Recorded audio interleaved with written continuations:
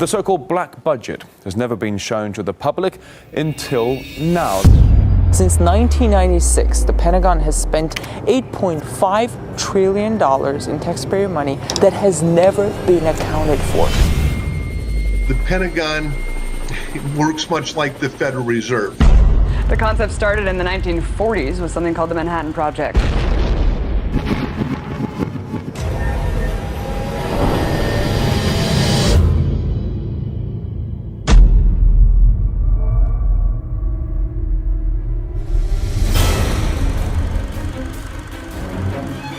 And what she basically was told, this office receives the money, we generate false reports back to the president and to Congress. That money then passes out of this office to a black project. According to some estimates, we cannot track $2.3 trillion in transactions. In the councils of government, we must guard against the acquisition of unwarranted influence, whether sought or unsought, by the military-industrial complex.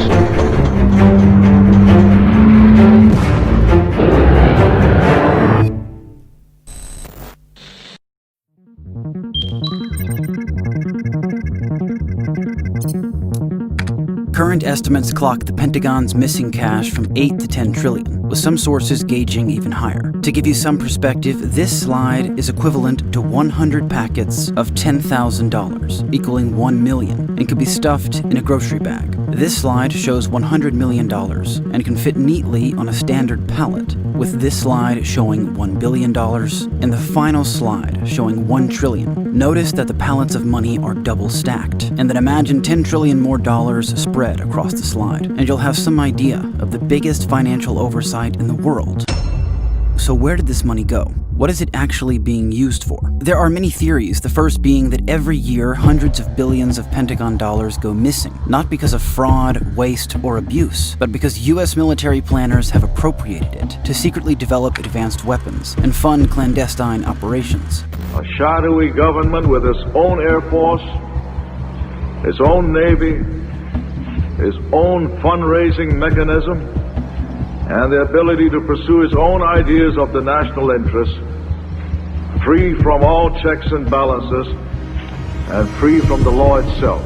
Senator Daniel Inouye is speaking about the Unacknowledged Special Access Programs, or USAPs, an entity that uses taxpayer dollars, but is not beholden to domestic laws. Unacknowledged Special Access Programs are not to be confused with Special Access Programs that are acknowledged. Edward Snowden, for instance, disclosed, among other things, a program called PRISM, but PRISM was acknowledged, meaning the President, Congress, and key members of the intelligence community knew of its existence. USAPs, on the other hand, are small, top-secret compartments whose very existence is not known by anyone outside the compartment. It is ironic that the U.S. should be fighting monstrously expensive wars in Iraq and Afghanistan, allegedly to bring democracy to those two countries,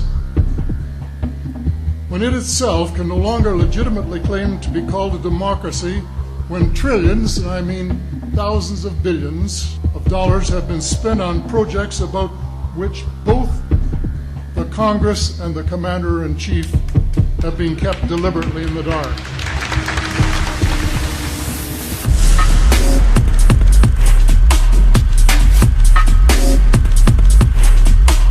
In the US, there are 3 types of classification: confidential, secret, and top secret. But just because a person has top secret clearance does not mean this person can gain access to all the different top secret documents of the intelligence agencies. However, this 3-tiered classification system is not enough to protect some of the more sensitive information. Therefore, additional levels of compartmentalization have been created, e.g. USAPs. A Department of Defense manual describes USAP as follows, quote, "Unacknowledged SAPs require a significantly greater degree of protection than acknowledged SAPs. A SAP with protective controls that ensures the existence of the program is not acknowledged, affirmed, or made known to any person not authorized for such information. All aspects, technical, operational, logistical, are handled in an unacknowledged manner." End quote. This means that no matter who it is, high-ranking official or otherwise, if one were to ask about such a program, one is authorized and required to deny its existence entirely. If you're in a very tight compartment, then you have to sign a statement that you will not divulge the existence of the project or even answer a question that could divulge the existence of the project. It's not even on a need-to-know basis, it's on a basis of people being identified specifically to know what you're working on and directly associated with the project. All you would have to do is visit Russia to see how they did it. They would compartmentalize every project into what I used to call silos, and they would have a colonel or a colonel general sitting on top of that, and literally they could not talk to anyone outside of that silo, and if someone else needed help, one person would be sent over to another place, sit down at a desk, look at a piece of paper, say, yes, I know what that problem is, here's the answer to it, and walk away. He would not even know what it was that he was working on. If you have a covert project, the funding would come through a number of government sources, none of which would be identified to the workers. It's just that you sign a contract with the U.S. government and the funding would show up at the right place at the right time. And what kind of operations would require such monumental secrecy? The assertion is that for decades, scientists have been reverse engineering certain advanced technologies under the cover of USAPs. Some claim that much of this technology has already been invented, but taken over by black projects, and in some cases preventing patents. The remarkable works of Canadian inventor John Hutchison has drawn widespread attention from businessmen and government scientists since 1979, when he began using ultra-high electromagnetic frequencies to transform matter in some very unusual ways. It has come to be known as the Hutchison effect.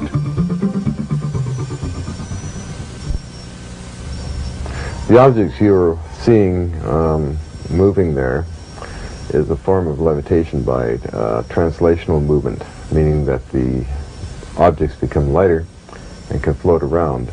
The heaviest being the barium cylinder that you see there with the two wires coming out of it. In this remarkable series of video clips, we see what happens when he fine-tunes the electromagnetic frequencies aimed at target objects in his garage.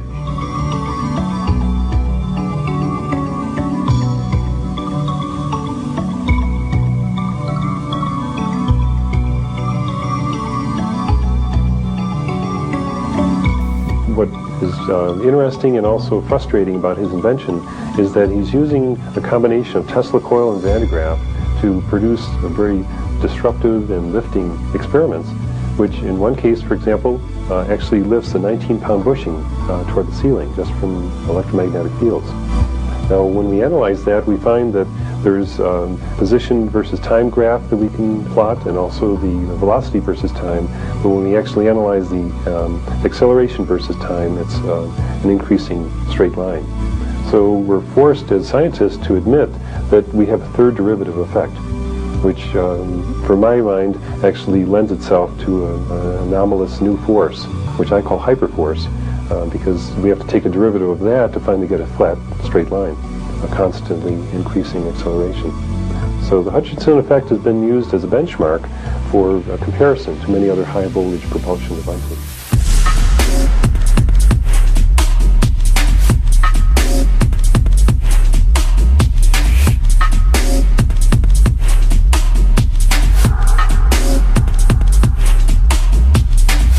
Many claim that this particular video is genuine, and that it's these kinds of zero-point energy or anti-gravity technologies that are being built in USAPs. But John's infamous Hutchison effect is not scientifically credible, as he has been unable to adequately recreate the effect since 1991. But even beyond that, many claim the videos are entirely fake, because 10 years after his videos surfaced, he was caught blatantly hoaxing one. Notice the string pulling the toy UFO up and down at the left-hand side of the screen. But some claim that this was only a fake because of John's inability to recreate what he actually did in the 80s, pointing to how well documented the original Hutchison effect was by Colonel John Alexander, who funded a 4-month exhaustive study of the effect through Stanford Research Institute and the CIA, where a team of 4 military scientists stayed with John to document his results, and found all of them, as witnessed in the 1980s footage, to be real and unexplainable by conventional physics. 2 of the team members were physicists from Sandia National Labs, who speculated that what he was tapping into was a, quote, torsion field, or spin field effect. It's difficult to pin down the truth of John Hutchison, of his palpably odd and eccentric nature, of his supposed experiments, but I'll leave the rest of that inquiry up to you.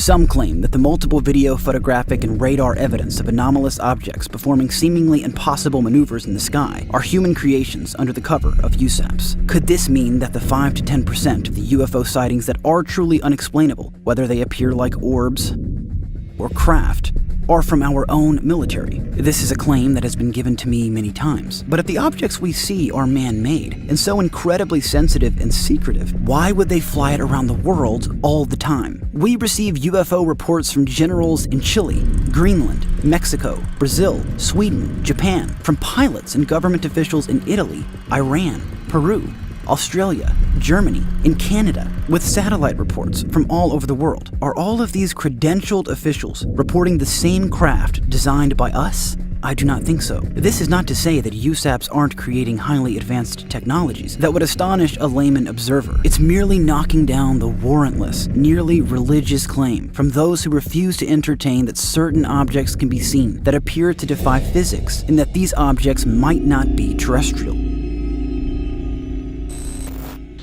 What about whistleblowers? His name is Edward Snowden. He's an American former CIA employee and computer technician. Today he came out as the leaker of classified NSA documents that spell out a secret surveillance program. But as was said before, we know people in the past have leaked acknowledged programs. But has anyone ever come forward from an unacknowledged program? Because surely if these black projects do exist, anyone would have come forward by now. The security was unbelievably oppressive. There was a security guard everywhere following you all the time. There was never any free discussion allowed, which is the basis of science. Recently, Lazar caused a sensation when he revealed that he'd been ordered to investigate the propulsion systems of captured alien spacecraft. My work involved the back engineering of an extraterrestrial craft, specifically the propulsion and power source. The UFOs are very typical. As far as a typical UFO is, it's two inverted dishes, two inverted pie plates, if you wish, and with a hump on the top. Metallic looking, no wings, no fins, no visible propulsion source. Inside they're very sparse. If you come in the main entryway, you'll see 3 seats, the central reactor and waveguide that goes to the ceiling, the 3 gravity amplifiers surrounding it, and you'll really see just about nothing else.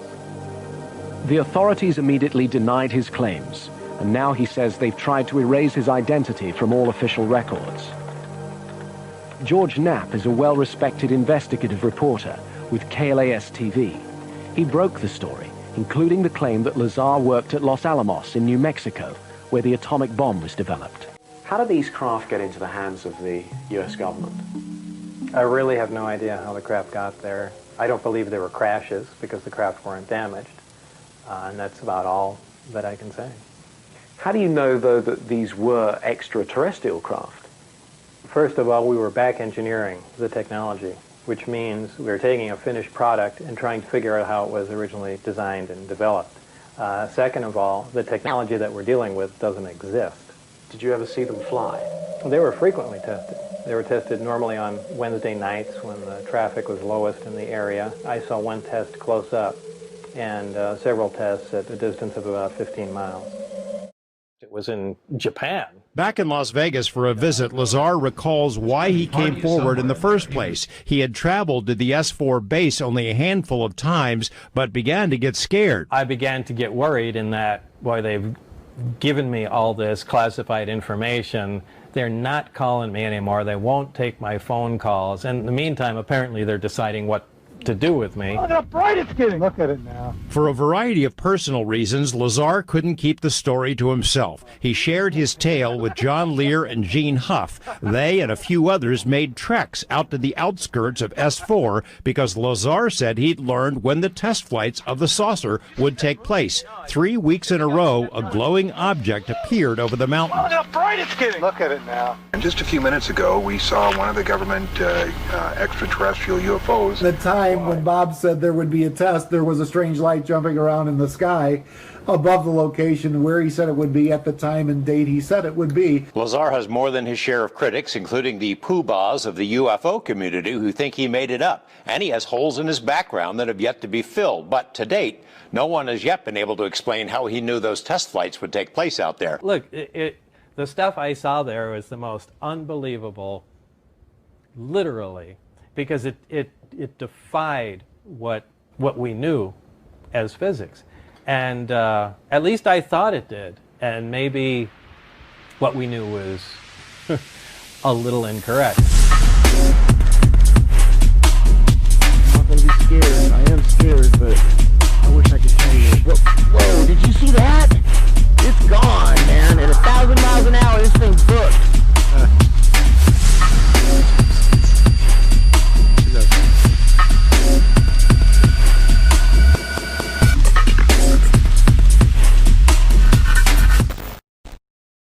It's useful to be skeptical of Lazar, as many claim he's simply lying, and that Lazar's propulsion system seems plausible to anyone without a physics degree, that he never set foot on Area 51, that his elaborate story was constructed with the same fastidious care he's lavished on his fireworks, jet cars, and other mechanical projects. Others theorize he's participating in government-controlled disinformation, put forward to distract the broader population from what's actually occurring in the intelligence agencies. Lazar has always displayed an exceptional respect for detail and consistency, and he has an extraordinary ability to focus his attention on whatever his current project is, to the exclusion of everything else. His only deficiencies, skeptics argue, seem to be moral ones, that is, if you consider lies and the exploitation of others to be wrong. Those who doubt Lazar's extraordinary claims positively assert that no matter what his intention, Lazar did not work with flying saucers in an underground hangar near Area 51. He made it all up with his obviously intelligent and dishonest mind, with many pointing to his stated credentials, which failed to check out. I did a lot of checking on Bob. I tried to meet with him twice. I was supposed to on one occasion, and he didn't go along. I checked at MIT, I checked at Caltech, neither one ever heard of them. Defenders of Lazar, however, claim it's not far-fetched to wonder if there was a concerted effort to remove Lazar's existence on paper. These kinds of methods have been used by agencies in the past. And how was it that on Wednesday, March 29th, 1989, Lazar was able to predict the exact flight schedule of the craft in question? This was when Lazar, his wife, and 3 friends drove to the edge of Area 51 to watch and film the test flight. It is bright right now. Admittedly, the tape proves very little by itself because with the distance and darkness, there are no reference points other than the alleged flying disc. But Lazar's information about the time and location of the test flight proved correct, not once, but twice. Thousands of people have been driving to Area 51 for decades attempting to get footage like Lazar did, but none could, and Bob Lazar got the footage on his first try. And when the footage taken by Bob's friend is more closely examined, the object appears in the shape of the craft Lazar has consistently been describing. Did he know the exact place and time the supposed craft would be flying? Because he's telling the truth? What about Lazar's W-2 form, which lists an unacknowledged government department with the correct name, date, state, and an identification number listed as top secret in IRS records, and was validated by District Judge Jack Lehman? We do have a W-2 form of record that shows that he worked for the United States Department of Naval Intelligence. And in 1990, during Operation Desert Shield, aviation expert Jim Goodall, who was on active duty in Washington, D.C. with the Minnesota Air National Guard, goes to the Navy's investigative office in the Pentagon to ask about the validity of Lazar's W-2 form. And I said, I'd like a verification of where this location is. It's a classified zip code. And the Navy officer said, just a minute, and made a phone call. He said, the Admiral would like to see you. So I go into this Admiral's office, and he said, Sergeant, if you ever come in this office again with something like this, I'll have you court-martialed. Now get out of my office and get out of there now. If his W-2 was phony, why did this Admiral have a hissy fit over it? This dismissive tactic would seem to be appropriate for the denial of an unacknowledged program. If Lazar was lying, how was he the first person to publicly announce Element 115, an element which decades later was placed onto the periodic table? 115 is strictly an extraterrestrial material. It probably occurs naturally in some other places, maybe other star systems. Some people not familiar with science or chemistry say, well, that's ridiculous. All the elements occur on Earth, But that's not true. There are elements on the periodic chart that aren't found on Earth. But skeptics argue that Lazar's Element 115 prediction does not matter, given that the element does not appear to have the characteristics Lazar claimed. I do not know if Lazar is telling the truth, and it's likely that most USAPs, if indeed using funding from missing trillions, will never see the light of day. But other than the alleged liar, Bob Lazar, several people who worked in USAPs have come forward, detailing their stories in depth, all of whom say truly remarkable and consistent things, and if true, could have powerful implications for all of us. It's up to us to digest and purport this information the best we can, to be skeptical, but not to allow that skepticism to prevent us from having an open mind.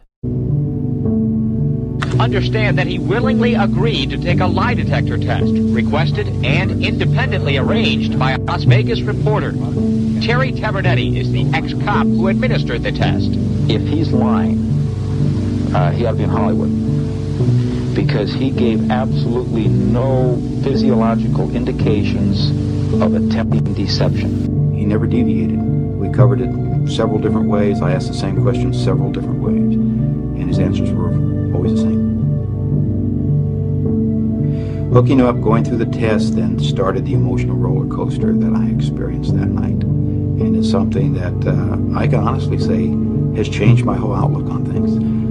About halfway through that test, I'm looking down, and all of a sudden the realization sets in that I'm looking at a probable, truthful result. And I mean, I'm getting chills right now talking about it, because that's what I got. On every chart that I did, the one relevant question that was the same with every test was the last one. Have you deliberately lied to any question concerning the UFO information you've given me? And his answer of no was indicated as being truthful on the charts. So whatever he told me that night, Bob Lazar truly believes to be the truth.